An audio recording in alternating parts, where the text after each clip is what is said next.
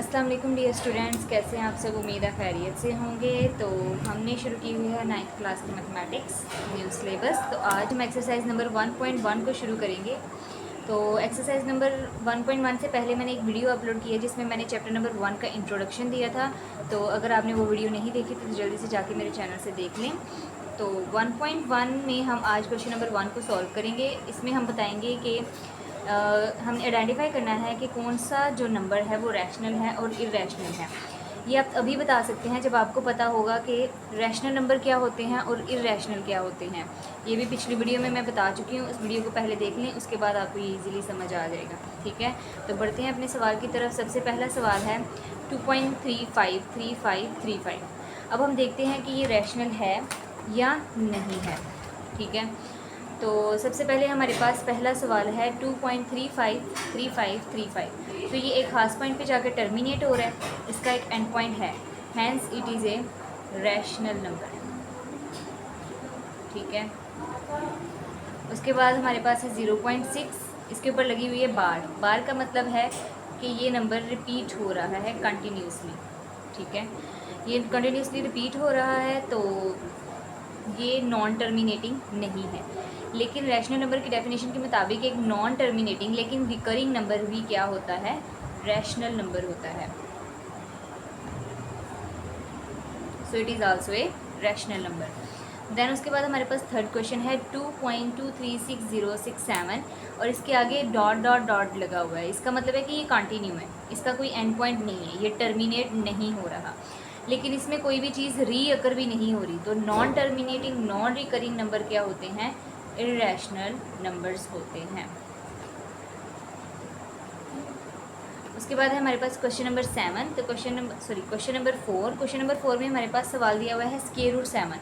तो इसको हम स्क्वायर रूट 7 को कैलकुलेटर से कैलकुलेट कर लेते हैं। स्क्वायर रूट 7 हमारे पास आंसर आ जाएगा 2.64 एंड समथिंग, जो कि आगे कंटिन्यू है, इसका कोई टर्मिनेशन पॉइंट नहीं है। So it's also a irrational number. उसके बाद है आपके पास सवाल नंबर 5, जिसमें आपको एक्सपोनेंशियल फंक्शन दिया हुआ है ई। तो इसकी भी हम कैलकुलेटर से वैल्यू निकाल लेंगे। Alpha is equal to natural log वाली की which is e. Equal press करेंगे तो हमारे पास आंसर आ जाएगा 2.7। आगे वैल्यू दी हुई है जो कि कंटिन्यू है, ये भी टर्मिनेट नहीं हो रही। So it's also a irrational number. उसके बाद है हमारे पास पाई। पाई की वैल्यू भी हम कैलकुलेटर से कैलकुलेट कर लेते हैं। शिफ्ट प्लस एक्सपोनेंशियल पाई आ जाएगा। इक्वल प्रेस करेंगे तो हमारे पास वैल्यू आ जाएगी, ये भी टर्मिनेट नहीं हो रही।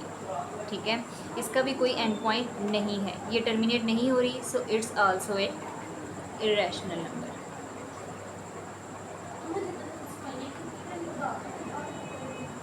नेक्स्ट है हमारे पास क्वेश्चन नंबर 7, जिसमें हमारे पास एक वैल्यू दी हुई है 5 प्लस स्क्वायर रूट 11। इसको हम कैलकुलेट कर लेते हैं। स्क्वायर रूट 11 हमारे पास होता है 3.3166। ठीक है, तो 5 प्लस 3.3166 जो कि कंटिन्यू है आगे। ठीक है, इसमें हम 5 ऐड कर देंगे तो हमारे पास आ जाएगा 8.3166, ये भी आगे कंटिन्यू है। तो इसमें कुछ भी रीअकर नहीं हो रहा और ये आगे क्या है, कंटिन्यू भी है, इसका कोई टर्मिनेशन पॉइंट नहीं है। तो ये भी क्या है, एक इर्रेशनल नंबर है। ओके, देन उसके बाद है हमारे पास square root 3 plus square root 13। इसको भी कैलकुलेट कर लेते हैं। स्क्वायर रूट 3 हमारे पास आ जाएगा 1.73 कंटिन्यू है, प्लस स्क्वायर रूट 13 कैलकुलेट कर लेंगे। स्क्वायर रूट 13, इसका भी आंसर जो आया है वो कंटिन्यू है। इन दोनों को अगर हम ऐड कर लें तो जो आंसर आ रहा है वो अगेन क्या है, कंटिन्यू है, उसका भी कोई टर्मिनेशन पॉइंट नहीं है। लेकिन यहाँ कुछ भी रीअकर नहीं हो रहा। रीअकर हो रहा है 3 3 5 5 5, लेकिन उसके बाद अगेन हमारा सीक्वेंस जो है वो चेंज हो गया है, उसमें कोई भी रीअकर वैल्यू नहीं हो रही। तो रैशनल नंबर ये तब ही होगा जब सेम वैल्यूज़ बार बार रीअकर होती रही, वो चेंज ना हो, सेम सीक्वेंस से सेम नंबर से, ठीक है। जैसे ये 3 3 5 5 5 है ना, तो अगर आगे रिपीट होना होता, इसको रीअकर होना होता, तो अगेन हमारे पास 2 3s आते एंड देन 3 5s आते, ओके। तो इस तरह रीअकर हो तो वो हमारे पास रैशनल नंबर होता है। इसमें रीअकरिंग हो रही है लेकिन एक सीक्वेंस में नहीं हो रही, so it's a irrational number.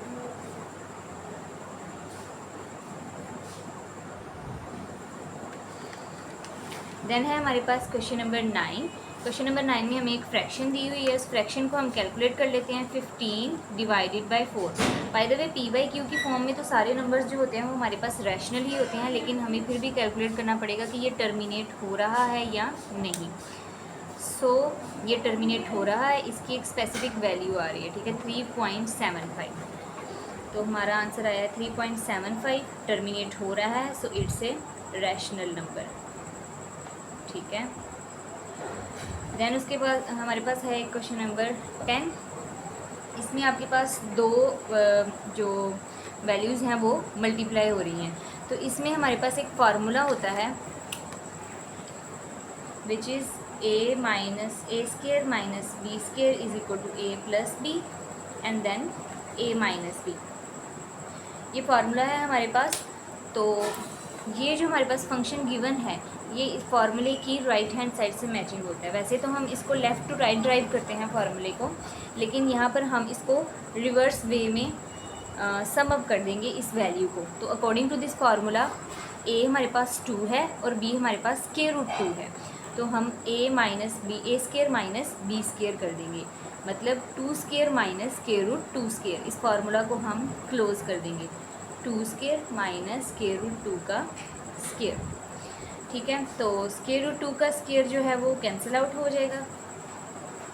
2 का स्केयर हमारे पास आ जाएगा 4 माइनस 2, तो 4 माइनस 2 हमारे पास आंसर आता है 2। तो 2 एक टर्मिनेटिंग नंबर है, इसमें कोई डेसिमल पॉइंट भी नहीं है, it's a simple number, so it's also a rational number. That's it. Hope you guys understand what I taught you.